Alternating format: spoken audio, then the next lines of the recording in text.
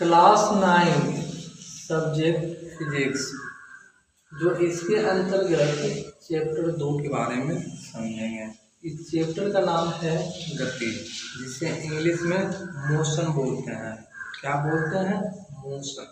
ठीक है, तो मोशन समझने से पहले हम रेस्ट के बारे में समझते हैं, विराम के बारे में समझते हैं। विराम को ही इंग्लिश में रेस्ट कहा जाता है। तो विराम की क्या परिभाषा है? यदि किसी वस्तु की स्थिति समय के साथ परिवर्तन ना हो, वह वस्तु विराम कहलाते हैं। कोई सा भी वस्तु हो, अगर वह समय के साथ परिवर्तन नहीं हो तो वह वस्तु विराम कहलाते हैं। जैसे कि देख लीजिए एग्जाम्पल, दीवार का कमरा।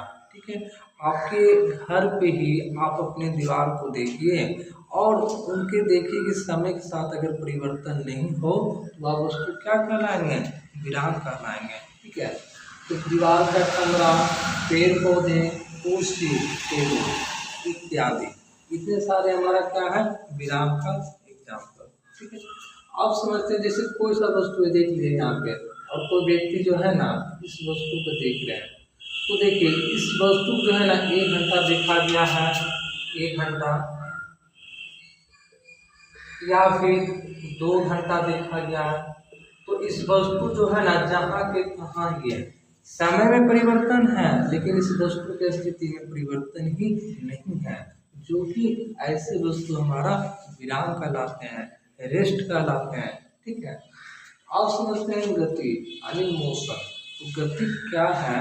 यदि किसी वस्तु की स्थिति समय के साथ परिवर्तन हो, वह वस्तु गति कहलाते हैं। ठीक है, कोई सा वस्तु हो, जैसे देख लीजिए कोई सा गाड़ी मोटर ही हो, अगर समय के साथ एक स्थान से दूसरे स्थान जा रहे हैं तो वह वस्तु हमारा गति कहलाएंगे, मोशन कहलाएंगे।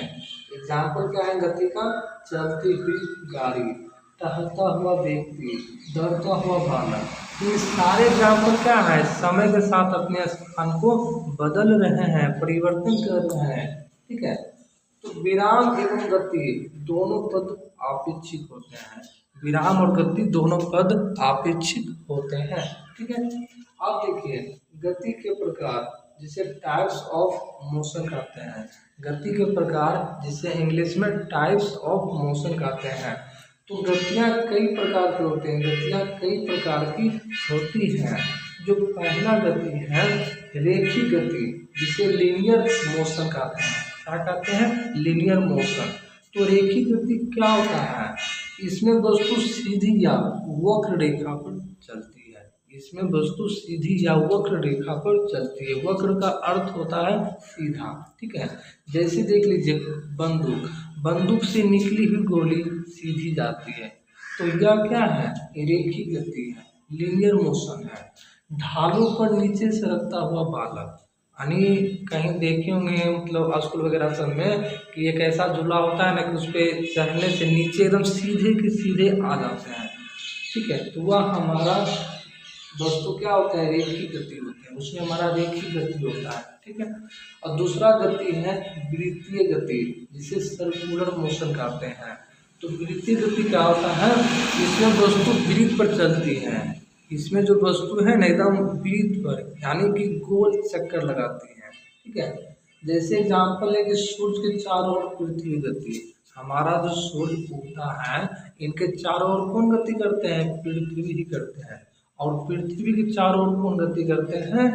तो चंद्रमा करते हैं। आज का इतना ही क्लास है, अगले क्लास अगले दिन दिया जाएगा।